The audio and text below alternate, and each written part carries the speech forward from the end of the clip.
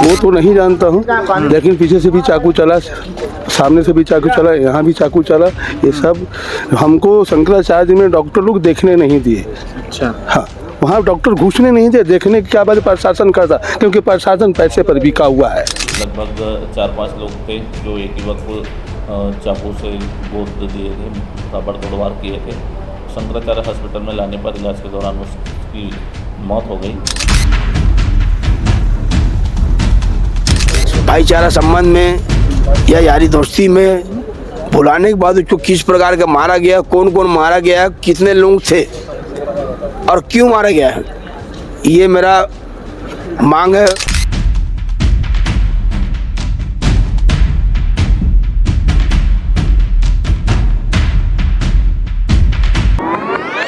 फर्ज कीजिए कि एक व्यक्ति होटल में बैठा है, अपने दोस्तों के साथ खाना खा रहा है, पार्टी चल रही है। तभी अचानक उस ढाबे में कुछ लोग आते हैं। उन्होंने अपने चेहरे नकाब से ढक रखे हैं। अचानक वे लोग आते हैं और वे उसके कान, गले और शरीर में कई जगह धारदार चाकू से हमला कर देते हैं, जिससे उस व्यक्ति की मौत हो जाती है।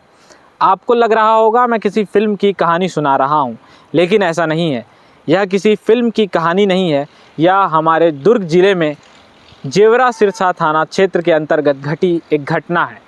क्या है पूरा मामला आपको बताएंगे। नमस्कार, मेरा नाम शारीक है और आप भारतीय मीडिया नेटवर्क देखना शुरू कर चुके हैं। दरअसल यह पूरा मामला दुर्ग जिले के जेवरा सिरसा चौकी के अंतर्गत का है, जिसमें अवतार मरकाम नामक एक व्यक्ति, जिसकी उम्र 40 वर्ष बताई जा रही है, शुक्रवार की रात अवतार मरकाम नामक युवक इंदर ढाबे में अपने दोस्तों के साथ पार्टी करने गया था। तभी वहां अचानक 4-5 नकाबपोश लोग आते हैं और उस पर चाकू से ताबड़तोड़ हमला कर देते हैं। वे लोग चाकू से उसके गले, सीने और पीठ पर कई वार करते हैं और मौके पर वहां से फरार हो जाते हैं। इसके बाद वहां मौजूद लोग अवतार मरकाम को उठाते हैं और वहीं के पास में स्थित शंकराचार्य अस्पताल में ले जाते हैं, जहां डॉक्टर उन्हें मृत घोषित कर देते हैं। आज अवतार मरकाम के शव को पोस्टमार्टम के लिए यानी कि पीएम के लिए सुपेला के लाल बहादुर शास्त्री अस्पताल में लाया गया था। वहां उनके परिजन भी पहुंचे थे। हमने उनके परिजन से भी बातचीत की है, आप आगे सुनिए। मेरा भाई अवतार मरकाम इस 4 आदमी के दिन में बसा हुआ था और एक सज्जन पुरुष लड़का था, वो जो सभी का मदद करते हुए आते चले गया और आते रहते गया। यही चीज़ को अपन सरकार का भांजा सोना उर्फ आकाश मजूमदार उनको सहा नहीं गया और वो चाहता था कि सिगुला माटा में मेरा राज चले, क्योंकि तपन सरकार का राज चलता ही है। उनका भांजा है तो उनका भी राज चले। और इन लोगों के अभी जो 2025 में जो चुनाव लड़े हैं भारतीय जनता पार्टी से, जिसमें मेरा भाई बीजेपी वालों को सहयोग किया, बीजेपी वालों को सपोर्ट किया, इस कारण से ये सोना भारतीय जनता पार्टी से हार गया। हारने के बाद वो हमारा जो पहले दुश्मनी जो 2022 में जो था दीपक केवल ठाकुर उर्फ मुकेश चीरा के साथ में, और यही सोना उन लोगों को पालता है राइट हैंड लेफ्ट हैंड बनाकर। तो यही रंजिश को उनके साथ जो हमारा सब पहले था, उसमें ये सोना हाथ डाल के मेरे भाई को बुलाया कि आप आइए। तो कल के डेट में मेरे भाई उसके साथ में चल दिया और जब गया तो दोबारा वापस जिंदा नहीं आया। और हमको जानकारी ये मिला है कि मेरा भाई साथ जो था परमाल नाम का एक लड़का, वो लड़का ये बताया कि फ़ोन करके सोना और दीपक केवल ठाकुर उसको बुलाया गया है। मतलब कल उनको फ़ोन करके बुलाया गया और आपका कहना है कि उन्हीं लोगों द्वारा ये सब किया गया। और बाद में फ़ोन करके बुलाने के बाद में जब मानने के जब मौका वारदात जब समय आया तो 4 लड़के नकाबपोश से ले पहन कर आया और वहाँ पर फटपीट अपने हिसाब से मारा। अब तक कितने लोगों को गिरफ्तार किया? 1 ही लोगों को गिरफ्तार किया है। और ये गिरफ्तार होने का इसमें एक बहुत बड़ा पॉइंट वाली बात है, क्योंकि वो तपन सरकार का भांजा है, गैंग स्टार तपन सरकार का भांजा है। तो वो अपना करियर को ख़राब ना करने के कारण वो अपने भांजों को सिलेंडर करवा दिया और खुद गायब हो चाहता। तो वो अवतार मरकाम से इस मैटर में मेरे परिवार के पास आकर वो भेंट कर सकता था, क्योंकि हम लोग भी एक समय में तपन सरकार का बहुत साथ में जुड़े हुए चले हुए हैं। लेकिन आज अवतार मरकाम का मर्डर होने के बाद सब तिड़ी सब गायब हो गया।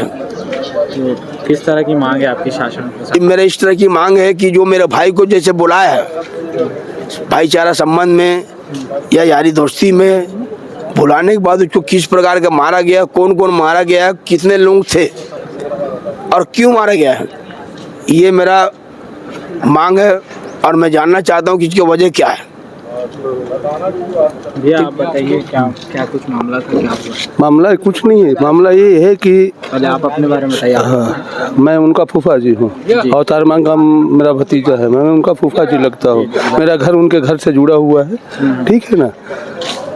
इनको फ़ोन करके बुलाया गया, ये फ़ोन किया है सोना जी ने, सोना फ़ोन किया। फ़ोन करने के बाद में अवतार मांगम आओ चलो, जो जो हुआ सो हुआ, वो बात ख़त्म कीजिए, चलो आज पार्टी मनाते हैं। पार्टी में बुलाकर फ़ोन करके पार्टी में बुला ले गई। इनको ले जाने के बाद में बियर वोर अपना जो भी खाए पिए, इसके बाद में पीछे से आवार किए, क्योंकि सर को देखे समय में शीशा उषा गिरा हुआ था, बियर से आवार किए। आवार करने के बाद में नकाब लगा कर आए, कितने लोग आए वो नहीं जानता हूँ मैं, है ना, वो तो नहीं जानता हूँ, लेकिन पीछे से भी चाकू चला, सामने से भी चाकू चला, यहाँ भी चाकू चला। ये सब हमको शंकराचार्य में डॉक्टर लोग देखने नहीं दिए। अच्छा। हाँ, वहाँ डॉक्टर घुसने नहीं दे, देखने के क्या बात प्रशासन करता, क्योंकि प्रशासन पैसे पर बिका हुआ है। प्रशासन पैसे पर बिका हुआ है, मोहन नगर थाना पैसे पर बिका हुआ है। नमस्कार। आपने परिजनों की बातें सुनी। परिजन जिन आरोपियों का नाम ले रहे हैं, भारतीय मीडिया इन आरोपियों की पुष्टि नहीं करती। हालांकि पुलिस अभी इस पर जांच कर रही है, लेकिन परिजनों से बातचीत के दौरान उन्होंने यह भी बताया कि उन्होंने पुलिस प्रशासन को एक आवेदन दिया था, जिसमें उन्होंने आरोपियों को जल्द से जल्द गिरफ्तार करने की मांग की थी। और पुलिस ने उन्हें आश्वासन भी दिया था कि सभी आरोपियों को 12 घंटे के अंदर गिरफ्तार कर लिया जाएगा। लेकिन अभी तक इस मामले में एक आरोपी को गिरफ्तार किया गया है। हालांकि पुलिस अभी इस पूरे मामले की जांच कर रही है। पुलिस के जांच के बाद ही पता चल पाएगा यह पूरी घटना गैंगवार के कारण हुई है या किसी व्यक्तिगत कारण से। जेवरा सिरसा चौकी क्षेत्र इंदर ढाबा के पास कल 2 युवकों में अचानक मुठभेड़ हुआ। बाद में पता चला कि वो आपस में मुठभेड़ किसी रंजिशवश नहीं था और उसमें 2 से अधिक संख्या थी। लगभग 4-5 लोग थे जो एक युवक को चाकू से गोद दिए थे, ताबड़ तोड़वार किए थे।